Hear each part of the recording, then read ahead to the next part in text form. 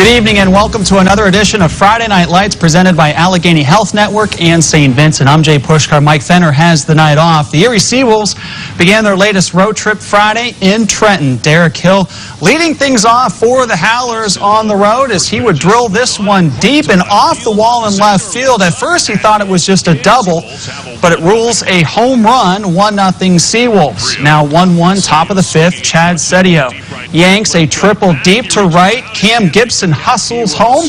Erie back in front, 2-1. Top of the sixth now, A.J. Simcox triples to center field. Josh Lester and Cole Peterson would come in and score.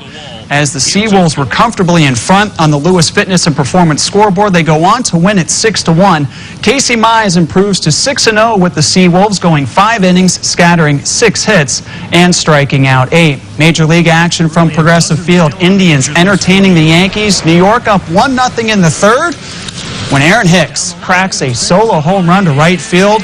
And just like that, the Yankees double up their lead to 2-0. Cleveland shortstop Francisco Lindor flashing the leather, robbing his good friend Gio Urshela of a base hit. What a play.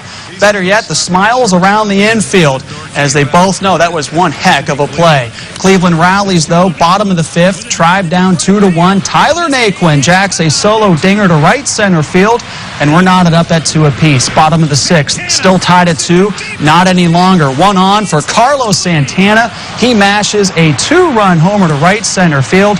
Cleveland goes on to win the series opener over the Yankees 5-2. In Motown, Tigers hosting the first-place Twins. Minnesota down 3-2 in the top of the sixth. C.J. Cron hammers a game-tying home run off Matthew Boyd, game tied up at 3. On to the top of the eighth, Nelson Cruz breaks the tie with a solo shot of his own. His 9th of the season. Twins go on to double up the Tigers. Your final score, 6-3. National League action. Pirates visiting the Brewers. Bottom of the second. A man on for Eric Thames. And he sends one deep to right. This one's out of here. Milwaukee leading 2-0. Pirates now trailing 3-1 in the third, trying to battle back in this one. Brian Reynolds goes to right field. The double brings in a run, and Pittsburgh trailed 3-2. Bottom of the fourth, Mike Moustakas shoots one to left field for the RBI single. Milwaukee broke the game open with 6 runs combined in the 6th and 7th innings. Brewers over the Pirates 10-4. The Mercyhurst Baseball team returned home this afternoon after an amazing and historic run in the College World Series. The university and athletic department held a traditional cookout for the team in celebrating its success down in North Carolina. It was the first time in program history that the Lakers reached the Final Four, and despite not coming away with a national championship, it was still a season to remember for them and the Erie community.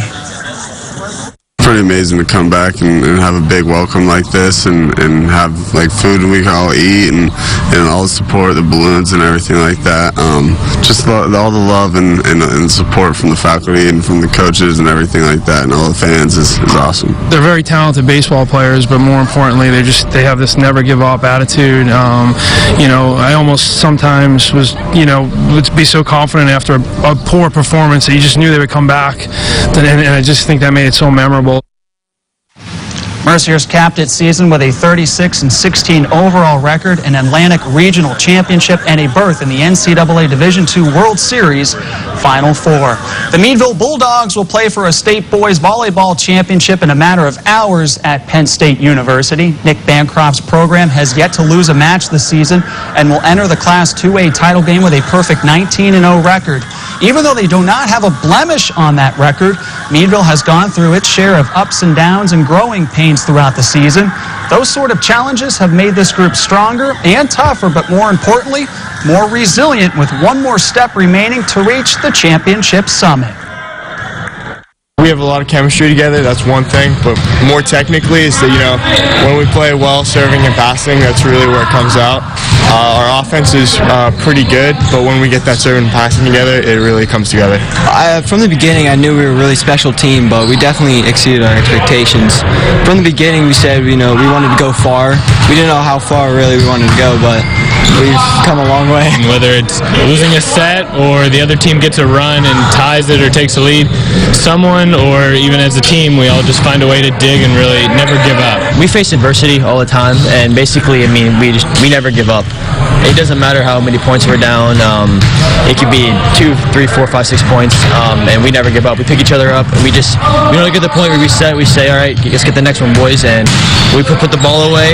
We don't make a lot of errors. That's what we try to do. We try to focus on just keep the ball in play. Meadville battles York Suburban on Saturday morning for the Class 2A Volleyball Championship. The site will be at Penn State's Pagula Ice Arena with the match beginning at 11 a.m. On the pitch, the Erie Commodores suffered their first loss of the season, falling on the road to FC Buffalo 2-0. The Commodores return to action next Friday when they're home as they welcome in Cleveland Soccer Club at 7 p.m.